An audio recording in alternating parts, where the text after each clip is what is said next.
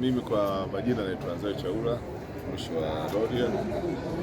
Nipo kwenye ziara hii ya mafunzo hapa halmashauri ya manispaa ya Geita ambayo imejumuisha waheshimiwa madiwani na wakuu wa idara. Lengo kubwa la ziara hii ni kuja kujifunza na kupata uzoefu hasa katika shughuli za madini,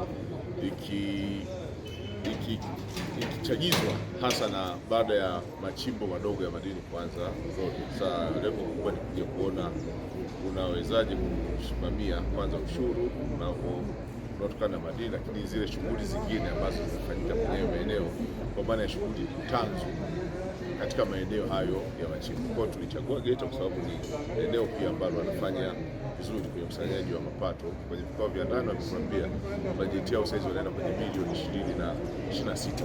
Sasa ukichukua na hali ilivyo ya Rorya sasa hizi tunaenda kwenye milioni 3, tunaona kumbe anaweza akawa ni mwalimu mzuri ambaye anaweza kutupa vitu vingi vya kuona. Kwa hiyo tumeanzia ndani, wamefanya wasilisho namna ya ukusanyaji wa ushuru sanjari na madini, lakini wakatupitisha kwenye hizo sheria ambazo zinasimamia hasa sheria ya madini, sheria ya mazingira kwa ajili ya kulinda mazingira ya maeneo ya madini. Lakini kikubwa sasa hizi ndio tunatembelea baadhi ya maeneo ili kuona kile ambacho tumeambiwa darasani kinavyofanyika kwa vitendo. Kwa hiyo naamini baada ya ziara hii itakuwa ina tija na faida kubwa, sio kwa wataalamu tu wa Rorya, lakini pia kwa waheshimiwa madiwani kuweza kusimamia maeneo ambayo wanatoka.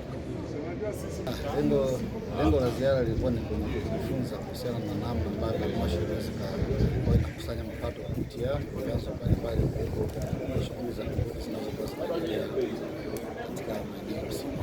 Lakini kimsingi tumejifunza na kupata ushirikiano wa kutosha kutoka kwa wenyeji, ambapo tumeona vyanzo mbalimbali na namna ambavyo tunaweza tukaenda kwa ajili ya kuanza swala zima la ukusanyaji. Lakini kitu mategemeo ni kwamba tunategemea halmashauri sasa kwenda kuangalia na kubuni vyanzo ambavyo tulikuwa hatukusanyi kwa kipindi hicho, ambao tumekuta katika halmashauri hii wanakusanya kupitia vyanzo mbalimbali. Lakini pia tumejaribu kujifunza pia kuangalia namna ambayo tunaweza tukawa tunahifadhi mazingira kutokana na shughuli mbalimbali za uchimbaji wa madini zinazokuwa zinaendelea kupitia migodi ndogo ya uchimbaji wa